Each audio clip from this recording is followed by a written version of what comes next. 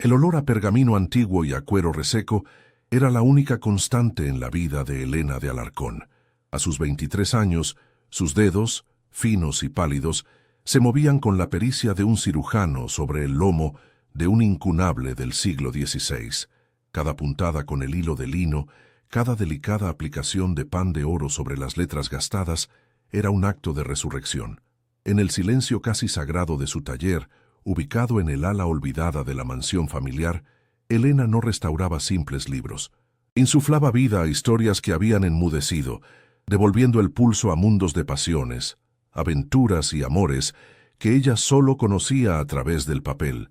Su propia historia, sin embargo, permanecía intacta, sin una sola página escrita, una edición de lujo guardada bajo una campana de cristal, esperando a que alguien decidiera su destino. Las manos de Helena podían remendar las heridas del tiempo en un libro, pero ¿quién podría sanar el vacío de su propio futuro? Su destino parece sellado por el deber, pero una fuerza inesperada está a punto de romper su jaula dorada. Sigue esta historia hasta el final, para descubrir una revelación que te dejará sin aliento. Y si quieres ser el primero en saber qué ocurre, suscríbete al canal y déjanos un comentario con tus teorías. Tu apoyo nos ayuda a crear más relatos como este. No te lo pierdas. La mansión de los Alarcón, en el corazón del barrio de Salamanca de Madrid, era un mausoleo de glorias pasadas. El polvo de generaciones danzaba en los haces de luz que se colaban por los pesados cortinajes de terciopelo, testigos mudos de una vida en suspenso. Helena se movía por sus vastos y fríos salones como un fantasma educado, su presencia tan discreta como el susurro de la seda de sus vestidos. Era la heredera de un apellido que ya no pesaba, solo costaba. Cada objeto, desde los retratos de antepasados severos hasta la porcelana agrietada, le recordaba su lugar en un linaje que se desmoronaba. Sentía un vacío inmenso, una oquedad en el pecho que ni el arte ni la literatura lograban llenar, porque su existencia no le pertenecía. Era una pieza más en el inventario de una familia en decadencia. Su virginidad era la reliquia más preciada y a la vez su condena más pesada. No era el fruto de una elección moral o de una timidez paralizante, sino una condición impuesta, una dote simbólica custodiada con celo para el matrimonio que salvaría a su familia. A sus 23 años, su cuerpo era un territorio inexplorado, un mapa en blanco que otros trazarían por ella. A veces, por la noche, en la soledad helada de su cama con dosel, se observaba las manos y se preguntaba cómo sería el tacto de una piel que no fuera la suya, la calidez de un abrazo que no estuviera dictado por el protocolo. Se sentía como uno de sus libros más valiosos, intocada, preservada, esperando cambiar de manos para saldar una deuda, su valor tasado no por quien era, sino por lo que representaba. El nombre de su prometido era Javier, un eco distante, en las conversaciones de su padre, una fotografía formal sobre la repisa de la chimenea, un acuerdo firmado antes de que sus voluntades tuvieran oportunidad de cruzarse. Él era el heredero de una familia socia, la llave para evitar la quiebra inminente de Ediciones Alarcón, el legado de su abuelo. Para Helena, Javier no era un hombre, sino un destino ineludible, un contrato encarnado en un desconocido de sonrisa correcta y mirada ausente. La idea del matrimonio la asfixiaba, no por miedo al hombre, sino por la certeza de una vida de respetable infelicidad, una existencia como las de sus antepasadas, un adorno silencioso y obediente en el brazo de un hombre que poseería su cuerpo, pero nunca se molestaría en descubrir su alma. En ocasiones, desde el ventanal de su taller, observaba el pulso vibrante de Madrid. Veía a las chicas de su edad reír en las terrazas, sus gestos libres, sus voces altas, sus miradas llenas de posibilidades. Las veía caminar de la mano de sus parejas, compartiendo secretos al oído, robándose besos fugaces bajo la luz anaranjada de las farolas. Cada una de esas escenas era una pequeña punzada en su corazón, un recordatorio de la vida que bullía más allá de los muros de su jaula dorada. Anhelaba esa espontaneidad, esa libertad de elegir, de equivocarse, de sentir algo real y caótico. Pero su lealtad a su padre, un hombre quebrado por el peso de la tradición, era más fuerte que su anhelo. así que se limitaba a mirar, convirtiendo su deseo en un paisaje ajeno y melancólico. Su taller era su único refugio, y paradójicamente el símbolo más claro de su confinamiento. Allí, rodeada de herramientas precisas, plegaderas de hueso, bisturís afilados, prensas de madera, ejercía un control absoluto.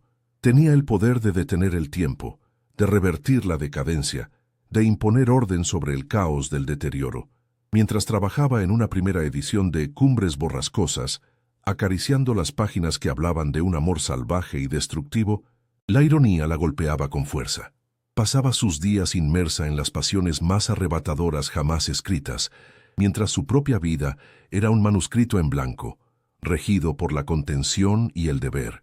Era la guardiana de miles de historias, pero se le negaba el derecho a protagonizar la suya.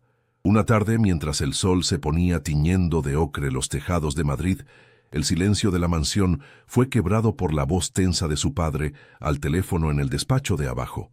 No entendió las palabras, pero el tono era inconfundible. Era el sonido del miedo, de la desesperación de un hombre acorralado. Elena dejó la aguja suspendida en el aire y sintió un escalofrío recorrerle la espalda. Una premonición oscura y certera. El frágil equilibrio de su mundo, esa calma opresiva en la que había aprendido a sobrevivir, estaba a punto de hacerse añicos. Una fuerza desconocida se cernía sobre ellos, un depredador que no entendía de apellidos ni de legados.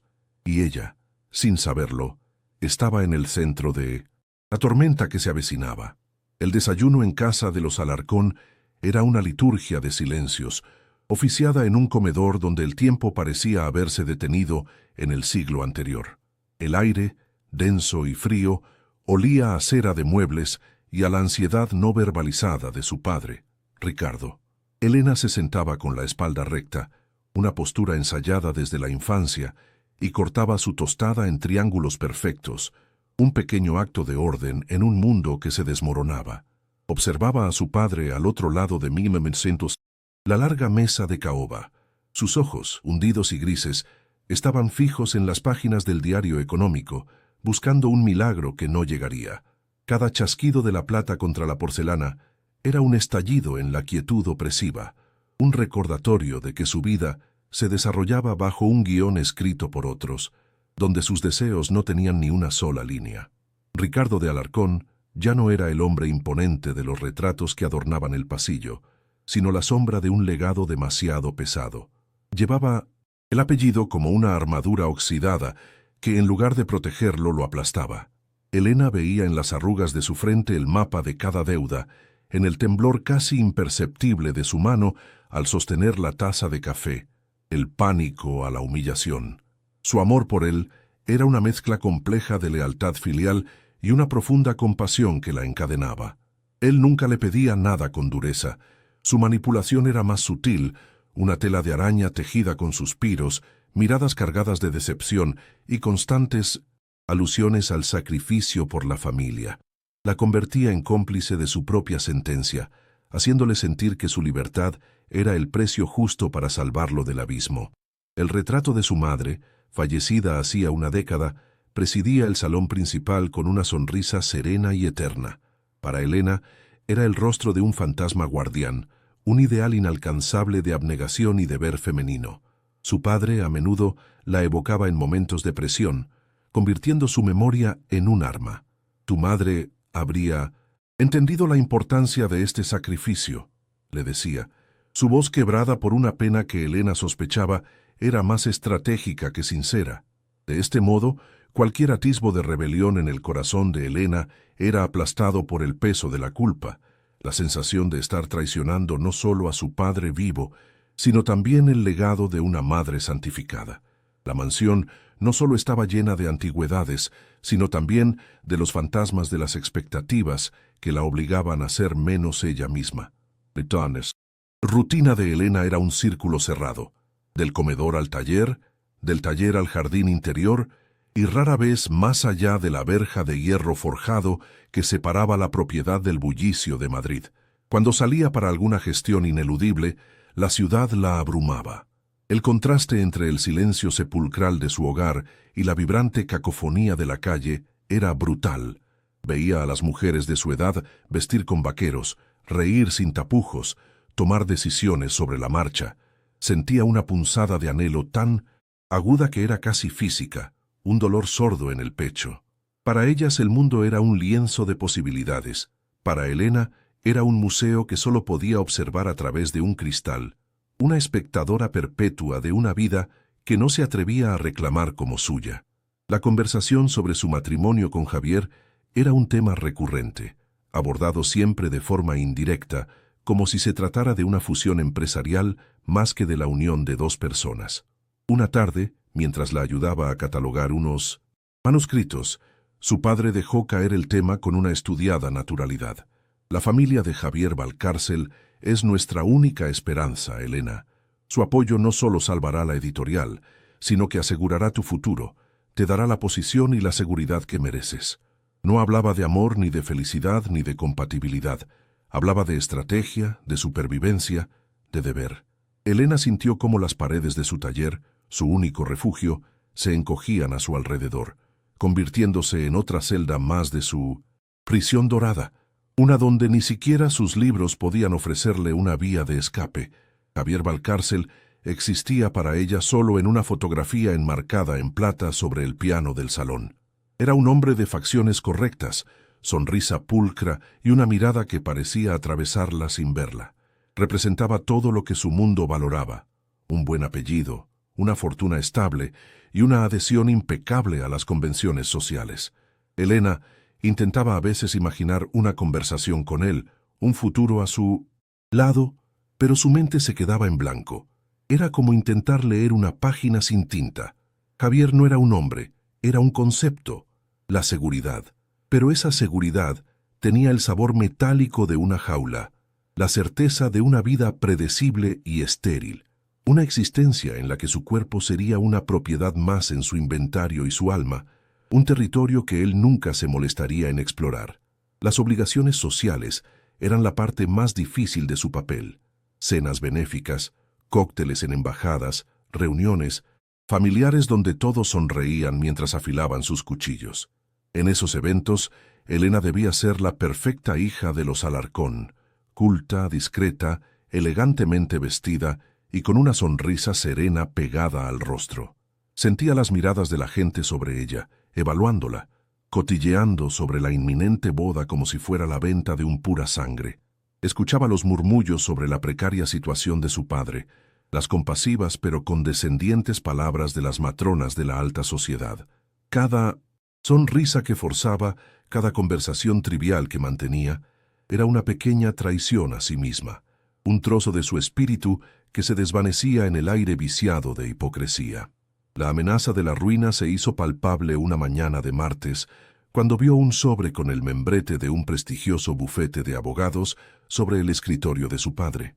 Aunque no lo abrió, el color del papel y la severidad del sello le hablaron de ultimátums y ejecuciones de deudas. Más tarde, esa noche, escuchó a su padre caminando de un lado a otro en su despacho, una y otra vez, como un animal enjaulado. El sonido de sus pasos sobre el parqué era el metrónomo de su desesperación. Ya no se trataba de mantener un estatus o de preservar un legado. Se trataba de no perderlo todo, de no acabar en la calle con el apellido como única posesión. La presión sobre Elena se intensificó hasta volverse casi física, un nudo en la garganta que le impedía respirar. Esa misma noche, en la soledad de su taller, mientras aplicaba con pulso firme una delicada capa de adhesivo a la espina de un ejemplar de Madame Bovary, la ironía de su situación la golpeó con una fuerza devastadora. Pasaba sus días salvando historias de mujeres que habían desafiado las convenciones, que habían amado y sufrido con una pasión arrolladora, que habían luchado desesperadamente por escapar de sus propias jaulas. Sus dedos, que podían devolver la vida a esas heroínas de papel, estaban atados por hilos invisibles de deber y miedo. En un gesto de frustración casi inconsciente, apretó la plegadera con demasiada fuerza, dejando una marca indeleble en el cuero. Un pequeño acto de caos en su universo de orden, una cicatriz que reflejaba la herida de su propia alma.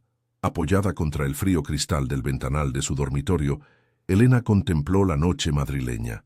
Las luces de la ciudad parpadeaban como promesas lejanas de otra vida posible. Se sintió increíblemente sola, una reliquia olvidada en una casa que se caía a pedazos. El matrimonio con Javier ya no era una posibilidad lejana, sino una certeza inminente, el último dique antes de la inundación. Una lágrima silenciosa rodó por su mejilla, no de tristeza, sino de una profunda y helada resignación. Estaba atrapada, y por primera vez en su vida comprendió que nadie vendría a rescatarla. Si quería sobrevivir, tendría que encontrar una fuerza dentro de sí misma que no sabía que poseía, o resignarse a convertirse en un fantasma más de la mansión Alarcón. El nombre llegó a la mansión antes que el hombre, susurrado con una mezcla de pavor y reverencia por el servicio y por el propio padre de Elena, Damián Balbuena. No era un apellido de la vieja aristocracia, sino una marca forjada en la brutalidad del nuevo dinero. Cuando su coche, un sedán negro de una suavidad casi insultante, se detuvo ante la fachada desconchada de la mansión Alarcón, el contraste fue violento. Elena, desde el ventanal de su taller, observó cómo descendía. No era un hombre, era una fuerza de la naturaleza contenida en un traje a medida de color carbón. Su presencia absorbía la luz pálida de la tarde, proyectando una sombra que parecía anunciar el fin de una era, la de su familia, y el comienzo de algo desconocido y aterrador. En los círculos donde el dinero era el único dios, a Damián Balbuena se le conocía por un apelativo más visceral, el tiburón. Su fama le precedía como una estela de sangre en el agua. Era un inversor implacable que no construía imperios, sino que devoraba los ya existentes, comprando empresas con historia y legado solo para desmantelarlas y vender sus activos más valiosos. No le interesaba el alma de las cosas, solo su precio de mercado. Se decía que una traición en su juventud, una mujer que le había robado el corazón y sus primeros secretos empresariales para entregárselos a un rival, había sellado su corazón con hielo. Desde entonces, consideraba la vulnerabilidad una enfermedad mortal y las relaciones humanas, meras transacciones de poder donde siempre debía asegurarse de tener la posición dominante. La reunión se celebró en el despacho de Ricardo de Alarcón, una estancia solemne que olía a derrota y a cuero agrietado. Elena fue convocada a estar presente, no para participar, sino como un símbolo silencioso del linaje que su padre intentaba desesperadamente vender. Se sentó en un rincón, una figura de porcelana destinada a no ser escuchada, observando cómo su padre, con un temblor casi imperceptible en las manos, ofrecía café a un hombre que parecía capaz de beber veneno sin inmutarse. Damián Balbuena no se acomodó en el sillón de orejas, lo ocupó como un trono provisional.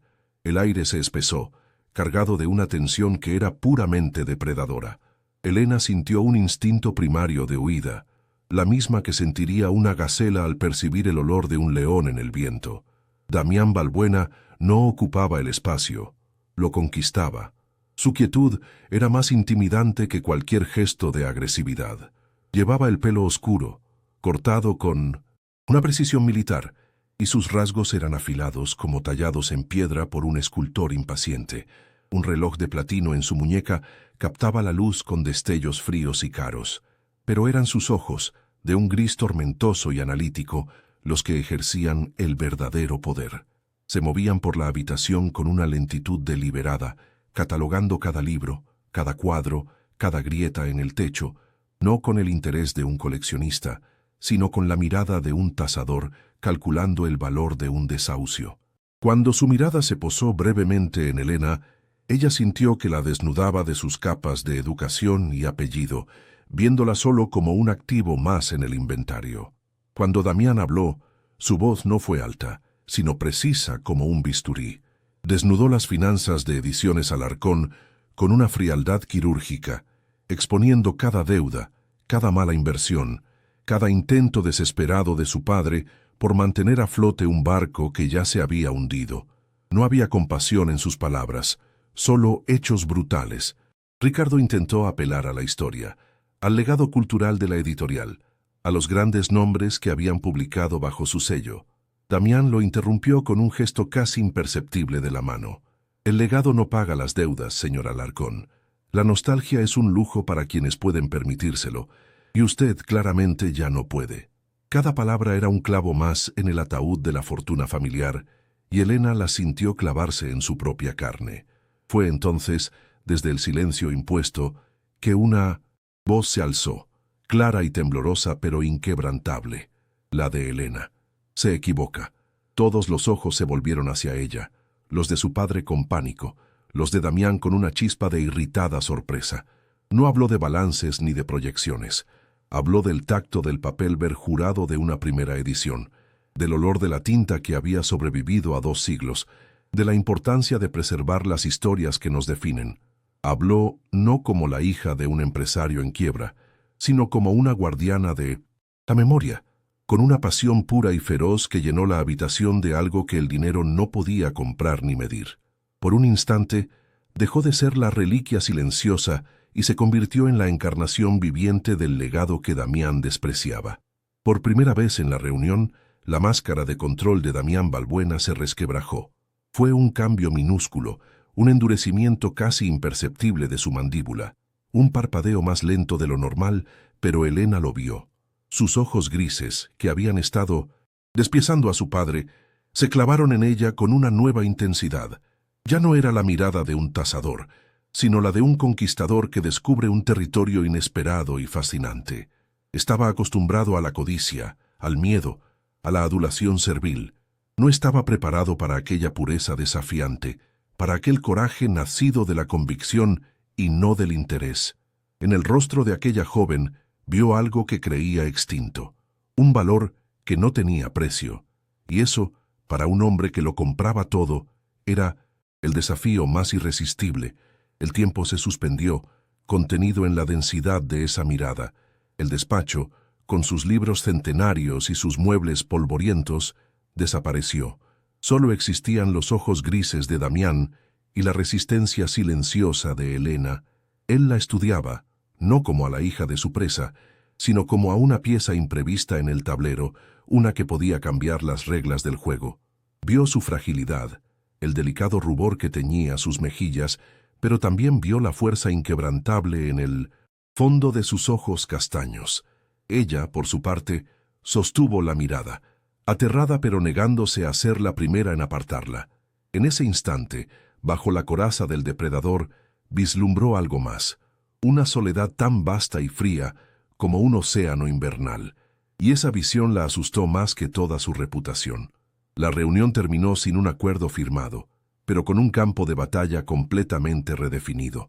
Damián Balbuena se marchó con una inclinación de cabeza formal, pero sus últimos ojos fueron para Elena, una mirada larga y cargada de una promesa indefinida que le provocó un escalofrío. Su padre, una vez a solas, la reprendió con voz temblorosa, aterrorizado por su audacia, pero Elena apenas lo escuchaba. Se sentía extrañamente viva, como si hubiera despertado de un largo letargo.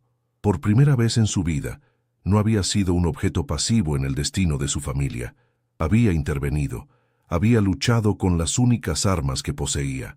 En su interior, una extraña y peligrosa vibración había comenzado, la conciencia de su propia voz y el eco de una mirada que la había visto de verdad. Esa noche, el olor a cuero y a tinta antigua no logró apaciguar el desasosiego de Elena.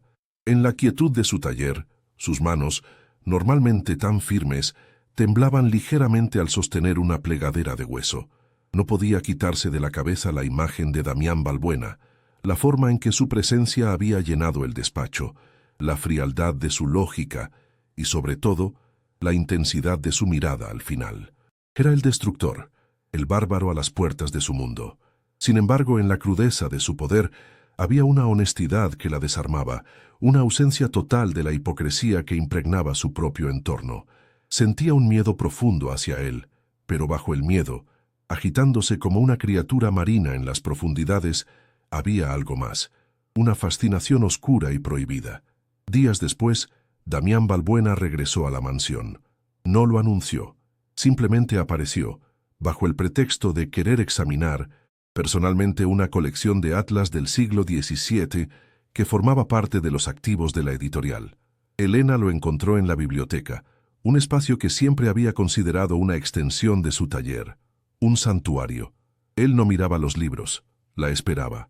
Su presencia en aquel lugar sagrado era una profanación deliberada, una invasión calculada a su último reducto de paz. Vestía de un gris tan oscuro que parecía absorber la poca luz que se filtraba por las vidrieras. Cuando sus miradas se cruzaron por encima de los lomos de cuero, Elena sintió que el aire se volvía denso, difícil de respirar, como si la atmósfera misma se hubiera rendido a la gravedad de su voluntad. Era un depredador que había vuelto para estudiar el territorio de su presa. Él se acercó a la mesa donde ella trabajaba en un manuscrito medieval. No dijo nada al principio, solo observó sus manos, la delicadeza con la que movía el bisturí para levantar un fragmento de pergamino. Luego, extendió su propia mano, grande y de nudillos marcados, y rozó con la yema del índice el borde de una página iluminada. El contraste entre su toque, que parecía capaz de doblegar el acero, y la fragilidad milenaria del objeto fue violento y extrañamente íntimo. «Es fascinante», dijo, su voz un murmullo grave que vibró en el silencio. «Dedicar la vida a preservar las pasiones de otros». Su mirada se alzó desde el manuscrito y se clavó en la de ella, cargada de una pregunta no formulada. Elena sintió aquel roce casual, como una descarga eléctrica, un calor que se extendió desde sus dedos hasta el centro de su pecho, un recordatorio de que él no solo veía el libro, la veía a ella. La conversación que siguió fue un esgrima sutil y peligroso. Damián la interrogó sobre su trabajo, pero cada pregunta era una sonda que buscaba sus puntos débiles, sus anhelos reprimidos. Pasa sus días con héroes y amantes, con mujeres que desafiaron imperios por un beso, comentó mientras paseaba la mirada por los estantes, y luego vuelve a su vida, a un compromiso concertado para salvar un negocio. ¿No le parece una ironía cruel? La estaba desnudando con palabras, arrancando las capas de deber y resignación con las que se había protegido durante años. La enfrentaba a la verdad de su existencia. Era la curadora de un museo de pasiones, mientras su propio corazón permanecía en formol. Se sintió expuesta, furiosa por su arrogancia, pero a la vez terriblemente comprendida. Nadie, nunca, le había hablado con esa brutal honestidad. Con un nudo en la garganta, Elena intentó defenderse aferrándose a los pilares de su educación. Habló de lealtad, del sacrificio por su padre, del honor del apellido Alarcón. Sus palabras sonaron huecas incluso para sus propios oídos, como un guión memorizado que ya no se creía.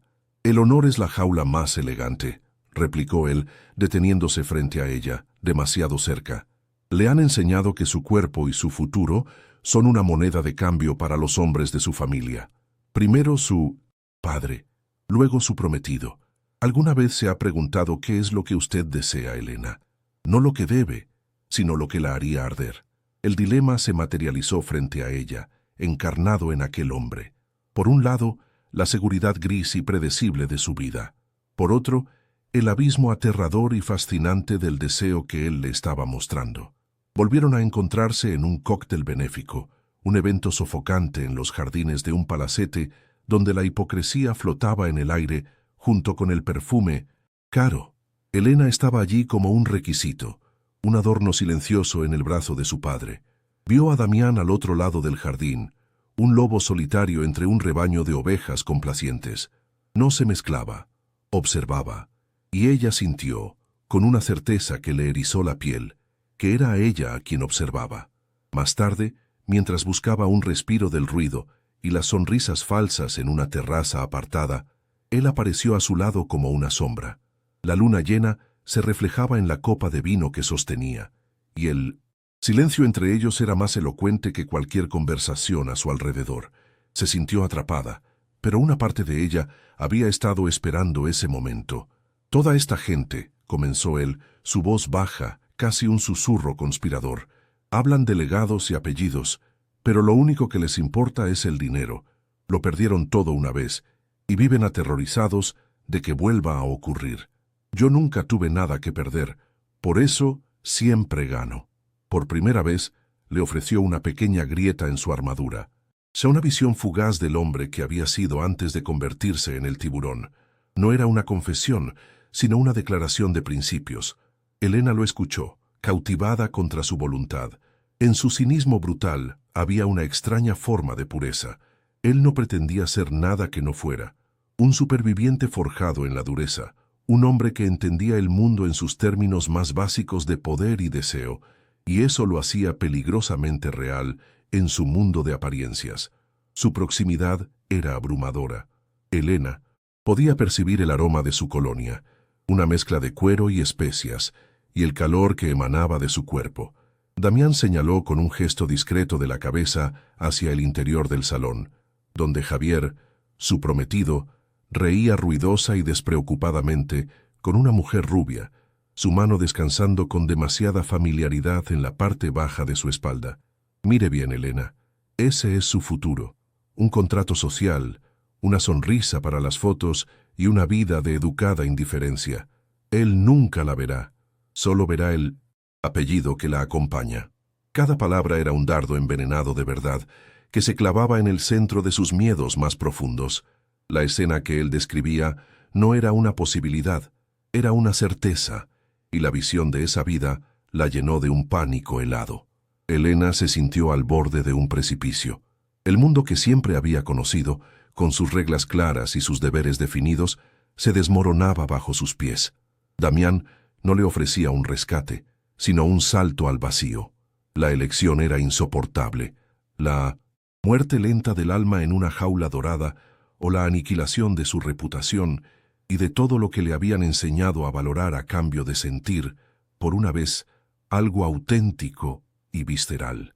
Deseaba odiarlo por ponerla en esa tesitura, por despertar en ella anhelos que era más seguro mantener dormidos, pero no podía, porque bajo el terror, una corriente subterránea de deseo, oscuro y poderoso, la recorría por primera vez, un anhelo por el caos que él representaba, por la vida que bullía en sus ojos grises. La propuesta llegó unos días después en su despacho, un espacio minimalista y frío en lo alto de un rascacielos que dominaba Madrid. No hubo preámbulos. Damián Balbuena le presentó la oferta con la misma frialdad con la que se cierra un trato de fusión. Retiraré mi oferta por la editorial, sanearé sus deudas y aseguraré una renta vitalicia para su padre, dijo, sus ojos fijos en ella, sin parpadear. Hizo una pausa, dejando que el peso de la salvación se asentara en el aire. A cambio, romperá su compromiso con Valcárcel, y durante los próximos 6 meses será mía. Acudirá a mí cuando la llame, me acompañará a donde yo decida. No es una propuesta de matrimonio, es un contrato. La brutalidad de la oferta la dejó sin aire, una transacción que salvaba a su familia al precio de su alma. La primera reacción de Elena fue una oleada de furia y humillación. Se sintió reducida a un objeto, a una cláusula en un contrato, la posesión más exótica de su colección. Todo su ser, educado en la contención y el decoro, se rebeló. Se puso en pie con las manos convertidas en puños a los costados y lo llamó monstruo, un hombre vacío que creía que todo en el mundo tenía un precio. Mi vida no está en venta, señor Balbuena. Mi dignidad no es un activo que pueda añadir a su cartera. Su voz temblaba, no de miedo, sino de una rabia justa que la hizo sentirse poderosa por un instante. Rechazó su oferta con toda la fuerza de su desprecio, sintiendo que al hacerlo salvaba la última pieza, intacta de sí misma. Damián no se inmutó ante su estallido.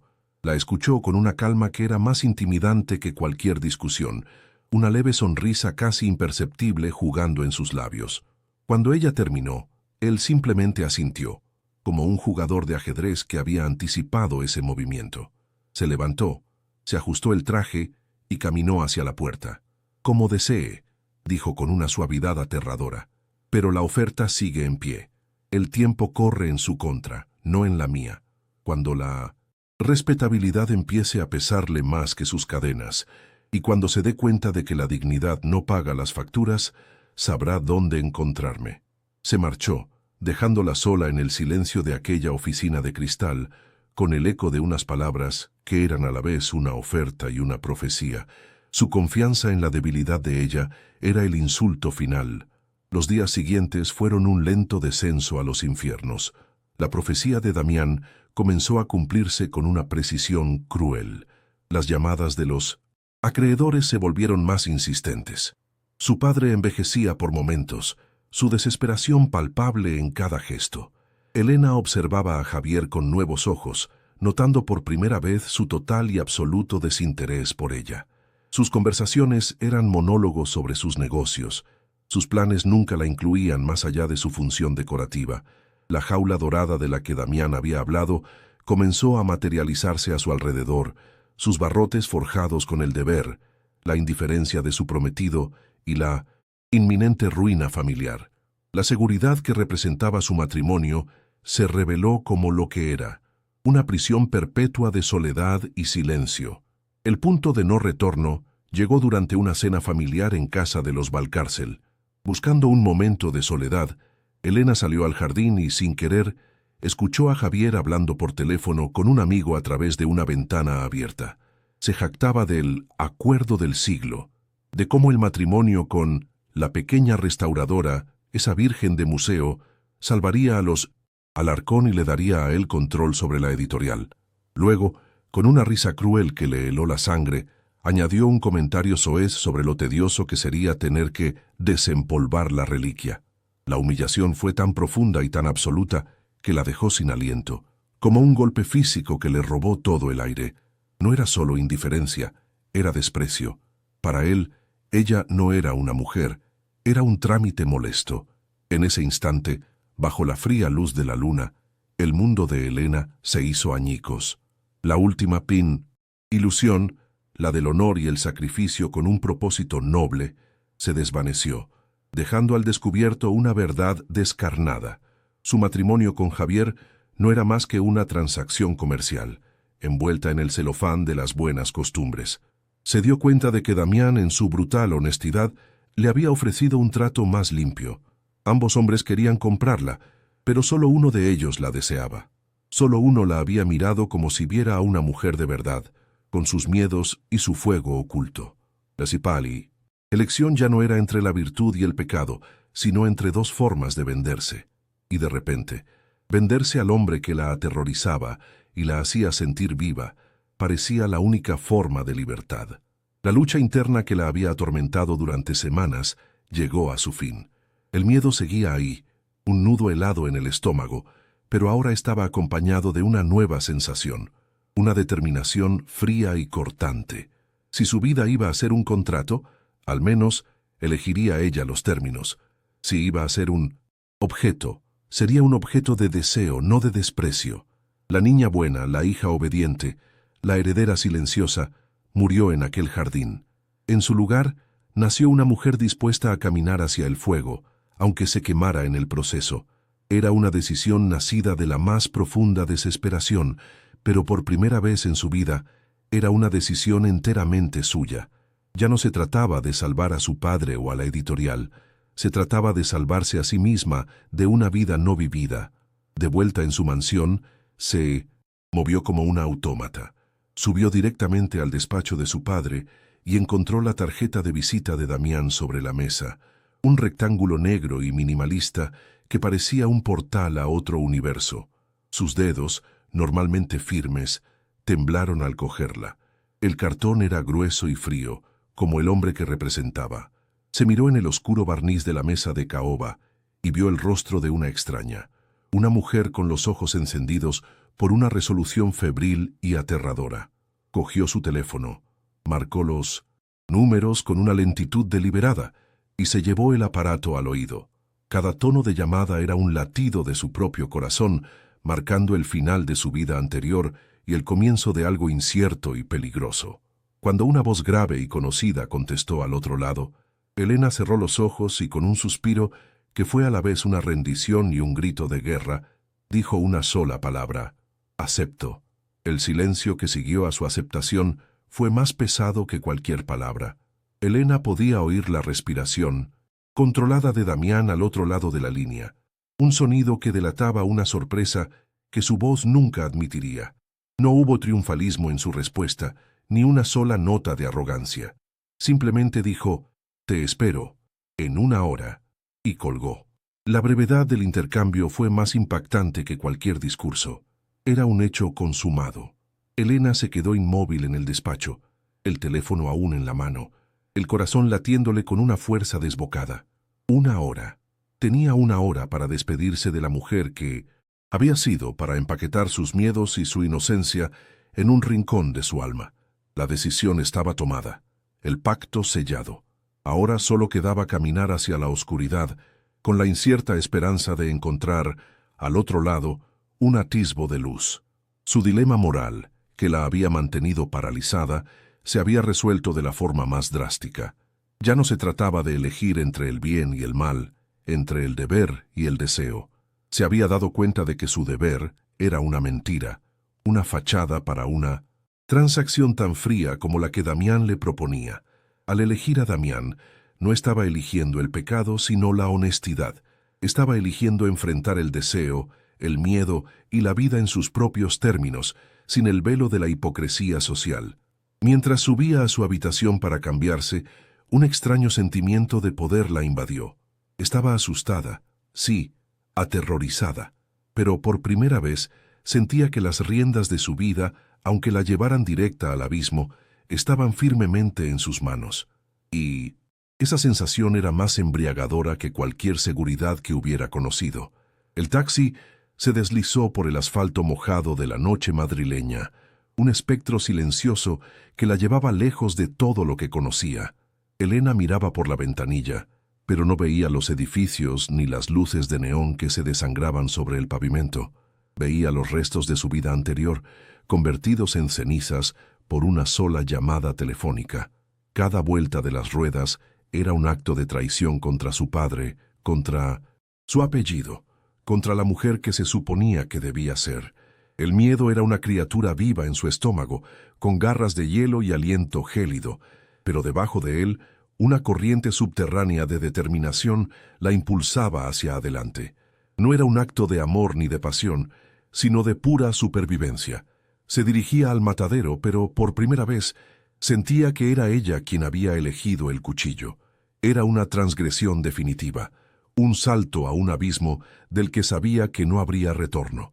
El ascensor del rascacielos era una caja de acero y silencio que ascendía con una velocidad vertiginosa, un viaje simbólico hacia un nuevo plano de existencia. Elena se observó en el pulido metal de las paredes. La mujer que le devolvía la mirada tenía los ojos demasiado abiertos, oscurecidos por una mezcla de pánico y una resolución febril que no reconocía. Había dejado atrás la mansión de los Alarcón, un mausoleo de deberes y silencios, para entrar en el dominio de un hombre que representaba todo lo que su mundo despreciaba y temía. Se sentía despojada de su nombre, de su historia, reducida a la esencia de su decisión. El suave zumbido del elevador era el único sonido, un mantra mecánico que contaba los segundos que le quedaban de su antigua inocencia. No sabía si ascendía al cielo o al infierno, solo que estaba dejando la tierra, el único suelo que había pisado en su vida, muy por debajo.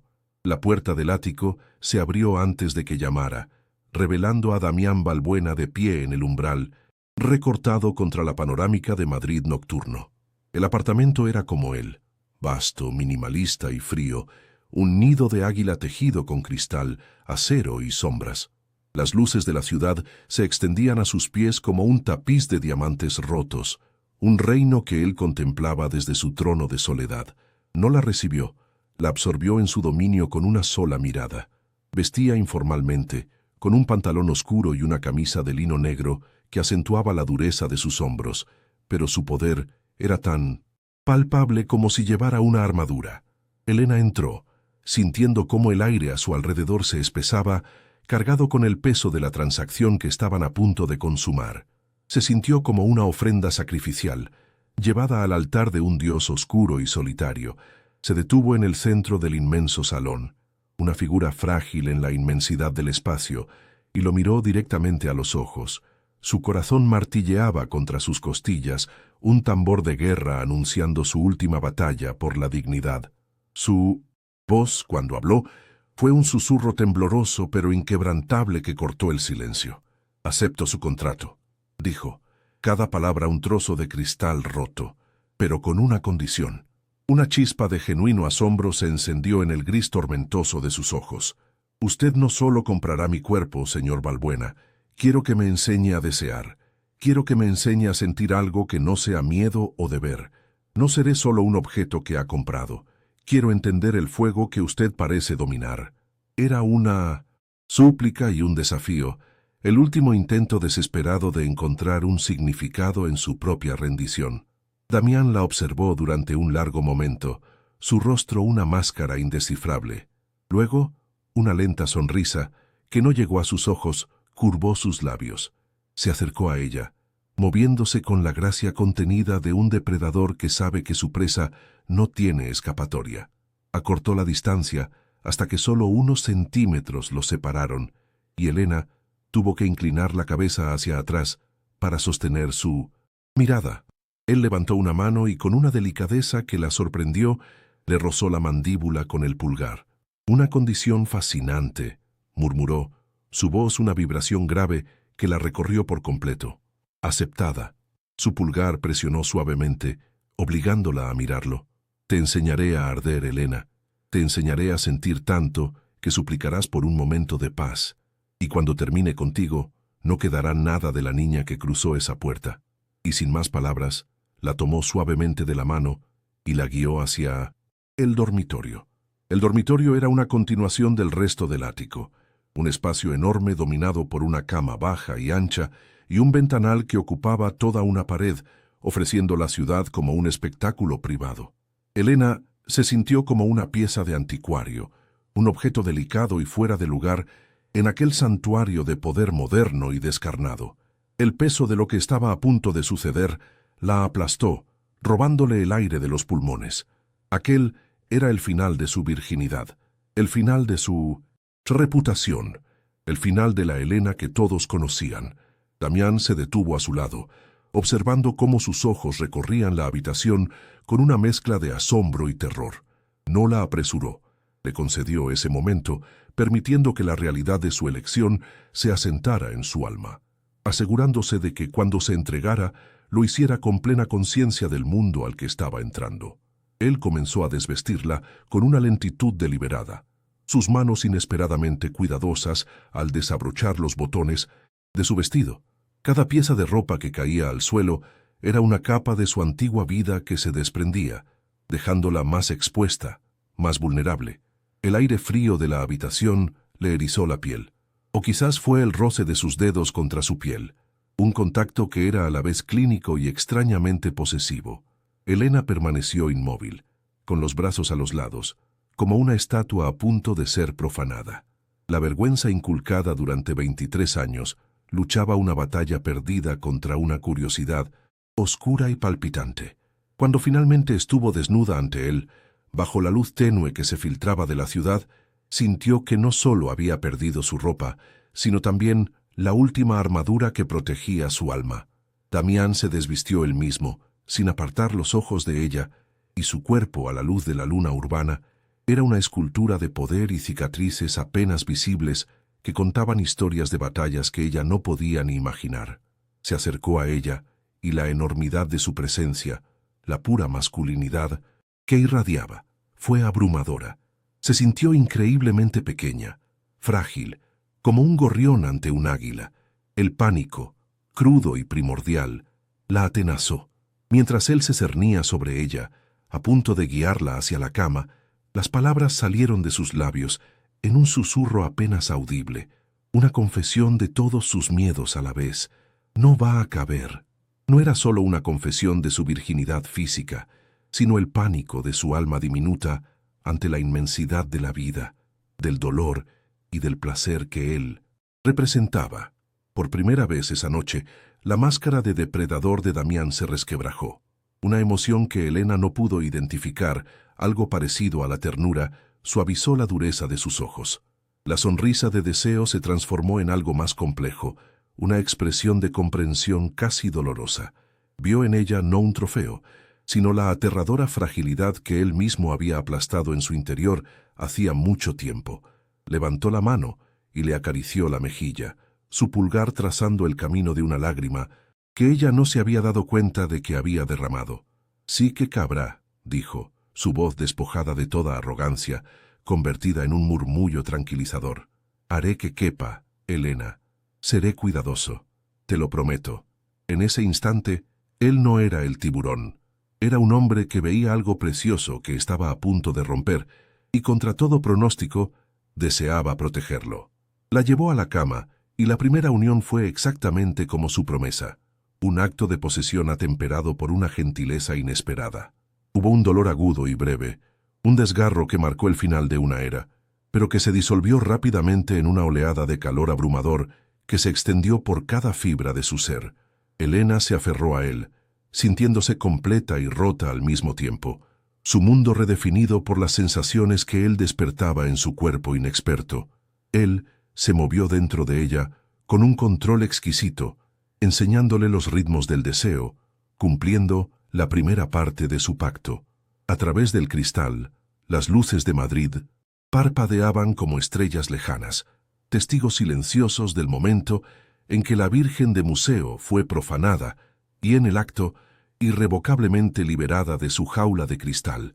La primera luz del amanecer se filtró por el inmenso ventanal, una cuchilla de plata que cortaba la penumbra del ático. Helena despertó sola en la vasta extensión de la cama, el frío de las sábanas de seda a su lado contrastando con el calor febril que aún ardía en su piel. Su cuerpo, un mapa de sensaciones desconocidas, dolía con un dolor sordo, que era a la vez un recordatorio de su transgresión y la prueba irrefutable de su recién descubierta existencia física. Se incorporó, cubriéndose con la sábana como si pudiera ocultarse de la nueva realidad. Desde allí, Madrid parecía un reino silencioso y ajeno. Lo observó todo a través de una neblina de irrealidad. La huella de la cabeza de Damián en la almohada contigua, su propio vestido arrugado en una silla, un objeto de otra vida. Era una extraña en su propio cuerpo, una exiliada en el amanecer del primer día de su nueva vida. Damián estaba de pie junto al ventanal, de espaldas a ella, una silueta oscura contra el cielo pálido. Ya estaba vestido con un traje impecable, su armadura de poder restaurada. Sostenía una taza de café, pero su quietud no era la de la calma, sino la de una tensión controlada. Helena lo observó, buscando en la rigidez de sus hombros algún vestigio del hombre que la noche anterior le había prometido gentileza. No lo encontró. Cuando finalmente se giró, sus ojos grises eran distantes, analíticos, como si evaluara las consecuencias de una inversión arriesgada. Le tendió una taza sin decir palabra, y el gesto, tan impersonal, la hirió más que cualquier reproche. El contrato se había cumplido, y la intimidad se había evaporado con la oscuridad, dejando solo el frío esqueleto de su acuerdo, más pesado y afilado que nunca. El viaje de vuelta a la mansión Alarcón fue un descenso a través de las capas del tiempo y la vergüenza. El taxi la depositó ante la verja de hierro como si la expulsara de un mundo al que ya no pertenecía. Al cruzar el umbral, el olor familiar a cera, polvo y papel antiguo la golpeó con la fuerza de una acusación. Cada objeto, desde los retratos de sus antepasados hasta el crujido del parqué bajo sus pies, parecía juzgarla. Se sentía profanada, y a la vez, como una profanadora, llevando consigo el olor de Damián, de su piel, de su mundo de acero y cristal, a aquel mausoleo de honor y apariencias. Subió las escaleras sintiendo el peso de cada mirada invisible, consciente de que había roto el pacto sagrado y silencioso que la unía a aquellas paredes, convirtiéndose en el fantasma de una deshonra que acababa de nacer. Su padre la esperaba en el despacho, no con la furia que ella temía, sino con algo mucho peor, una calma gélida que era la antesala de la aniquilación. Ricardo de Alarcón no levantó la voz. Sus palabras fueron precisas, afiladas y mortales, despojadas de toda emoción, salvo un desprecio absoluto. «Has arrastrado el nombre de esta familia por el fango», dijo, su mirada pasando a través de ella como si ya no fuera más que una mancha en la pared. «Has elegido convertirte en la mercancía de un bárbaro en lugar de cumplir con tu deber. Ya no reconozco a mi hija en ti». No hubo un grito, ni una lágrima, solo la sentencia final pronunciada con una quietud aterradora. La repudió no con un portazo, sino cerrando la puerta de su corazón con un silencio que resonaría para siempre en la vida de Elena. El escándalo no tardó en estallar, propagándose por los salones y los clubes privados de Madrid con la velocidad de un veneno. La noticia de la ruptura de su compromiso con Javier Valcárcel, seguida de los susurros sobre su nueva relación con Damián Balbuena, la convirtió en la comidilla de la alta sociedad.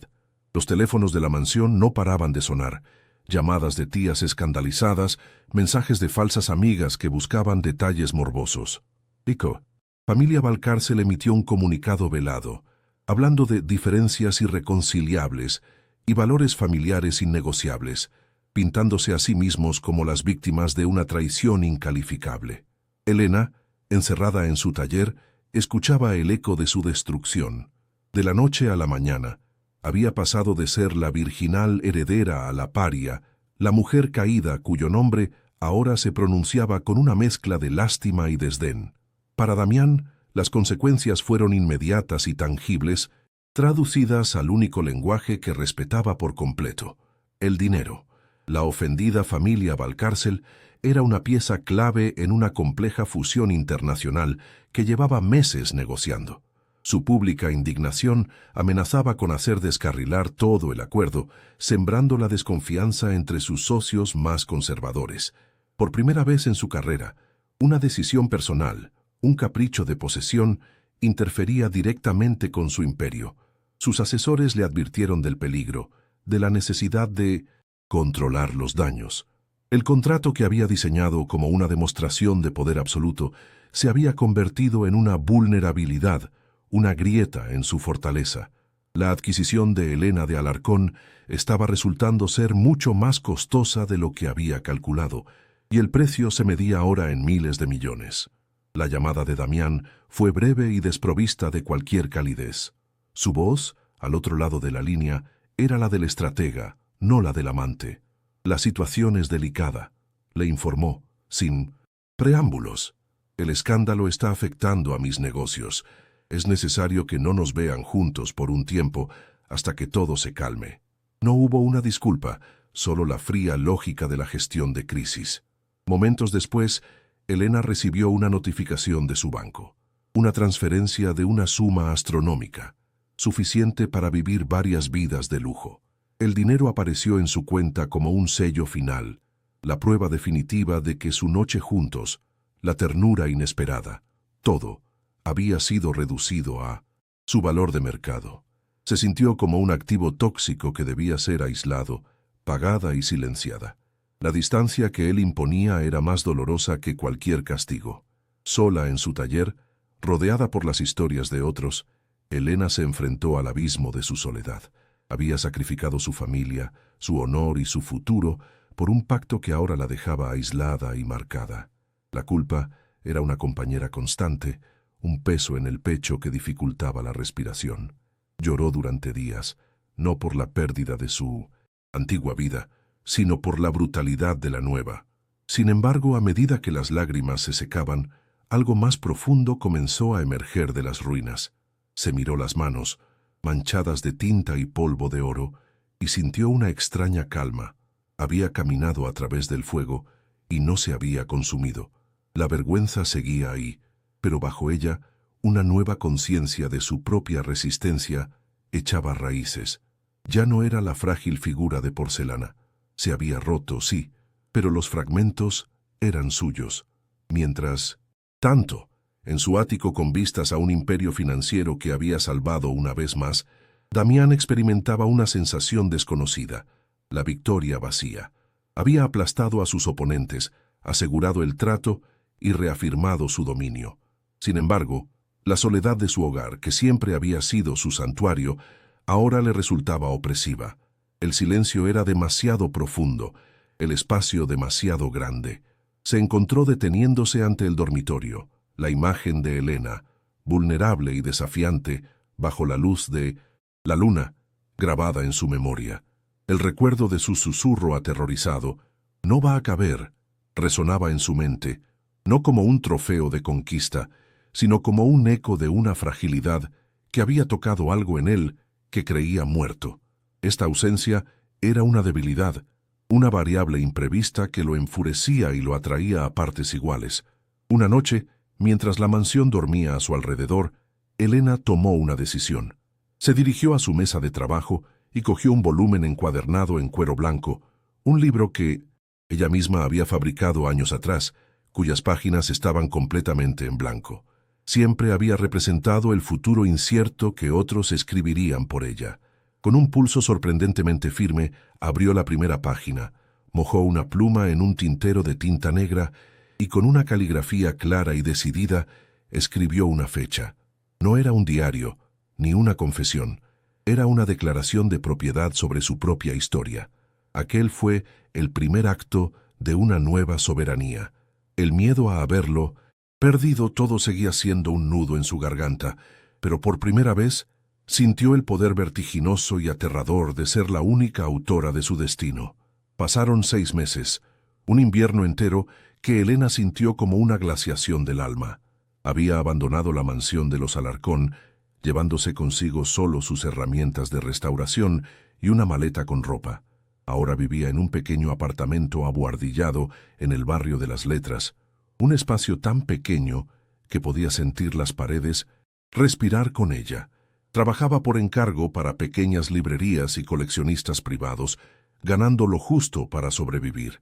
La soledad era una manta pesada y a veces fría, pero bajo ella, por primera vez, sentía el calor de su propia autonomía. Había sido repudiada, se había convertido en un fantasma social, pero en el silencio de su nuevo exilio, rodeada de libros que olían a verdad y no a decadencia, Elena de Alarcón estaba, lenta y dolorosamente, aprendiendo a respirar por sí misma, descubriendo que la libertad no era un regalo, sino un músculo que se fortalecía con cada dificultad. Un día, un mensajero le entregó un paquete rectangular, envuelto en un sobrio papel marrón sin remitente. Sus manos, acostumbradas a la delicadeza de los incunables, lo palparon con desconfianza. Dentro, sobre un lecho de terciopelo negro, reposaba un juego de llaves de hierro antiguas y un fajo de documentos encuadernados con una cinta de seda. Eran los títulos de propiedad de un pequeño local en la Cuesta de Moyano, el corazón literario de Madrid. Lo leyó una y otra vez, su mente negándose a procesar la información. El local estaba a su nombre, libre de cargas. No había lógica en ello, ningún sentido. Pensó que era una trampa, un nuevo juego de poder, una forma cruel de recordarle que incluso en su libertad seguía siendo una pieza en el tablero de alguien. El corazón le martilleaba con una mezcla de miedo y una esperanza tan frágil que temía que se rompiera con solo mirarla. En el síntesis, fondo de la caja, casi oculta por el terciopelo, encontró una tarjeta de visita negra. El cartón era grueso y frío, inconfundible. En el reverso, una sola frase escrita con una caligrafía angulosa y precisa. Un legado no paga las deudas, pero puede construir un futuro, el tuyo. No había firma, no era necesaria. Las palabras la golpearon con la fuerza de un recuerdo físico, transportándola de nuevo a su despacho, a la tensión de su primer desafío. No era una disculpa, ni una declaración. Era algo mucho más complejo y devastador, un reconocimiento. Damián Balbuena, el hombre que tasaba el alma de las cosas, le estaba devolviendo la suya, no como un regalo, sino como la devolución de algo que había comprendido que nunca le perteneció. Se sentó en el suelo de su pequeño apartamento, con la tarjeta en la mano, y sintió cómo el hielo que se había formado alrededor de su corazón comenzaba por fin a resquebrajarse. Llevada por un impulso que no entendía, corrió hacia la dirección indicada en los papeles. Allí estaba, una pequeña librería antigua, con una fachada de madera verde y escaparates cubiertos por el polvo de años de abandono. Era un libro olvidado esperando a ser restaurado. Con manos temblorosas, introdujo la llave más grande en la cerradura. El sonido del metal girando en el silencio de la tarde fue el clic más definitivo de su vida. Empujó la pesada puerta de roble y entró. El aire del interior olía a polvo, a madera vieja y sobre todo a la promesa de miles de historias esperando ser contadas. Un rayo de sol se colaba por una rendija del ventanal, iluminando las motas de polvo que danzaban como espíritus del tiempo. En ese instante, Elena supo que no había entrado en una tienda. Había entrado en casa. Aquel era su refugio, su reino, el primer capítulo de un libro que solo ella escribiría. Al otro lado de la calle, aparcado en doble fila, el cristal tintado de un sedán negro ocultaba al único testigo de aquella inauguración silenciosa. Damián. Valbuena la observó cruzar el umbral, una figura esbelta y decidida que se adentraba en su propio futuro. La vio detenerse en el centro del local, una silueta recortada contra la luz polvorienta, y supo que había cerrado la única transacción de su vida en la que había perdido el control y, sin embargo, se sentía ganador. Había intentado poseerla, comprar su inocencia, y en el proceso, ella le había mostrado una parte de sí mismo que creía extinta, la capacidad de valorar algo no por su precio, sino por su belleza intrínseca. Arrancó el motor con un movimiento suave, sin apartar la vista de la librería. No era un final, ni un principio, era un acto de restitución, y en la soledad de su coche se permitió una pequeña y extraña sensación que se parecía peligrosamente a la paz. Elena permaneció inmóvil en el centro de su nuevo universo, con los brazos extendidos, como si quisiera abrazar el aire cargado de posibilidades. Una única lágrima, caliente y liberadora, rodó por su mejilla, no de tristeza, sino de una gratitud abrumadora por la belleza de las segundas oportunidades. Había descendido a los infiernos de la mano de un demonio y había regresado con las llaves de su propio paraíso. Su historia, la que temía que nunca se escribiera, acababa de encontrar su primera página. ¿Será este un adiós definitivo o el prólogo de un amor forjado en las cenizas del deber y el deseo? Si esta historia ha tocado tu corazón, suscríbete para no perderte lo que vendrá, dale a like para apoyarnos y compártela para que llegue a más gente. Y sobre todo déjanos un comentario. ¿Crees que el amor puede redimir incluso al alma más oscura? Tu opinión es fundamental para nosotros.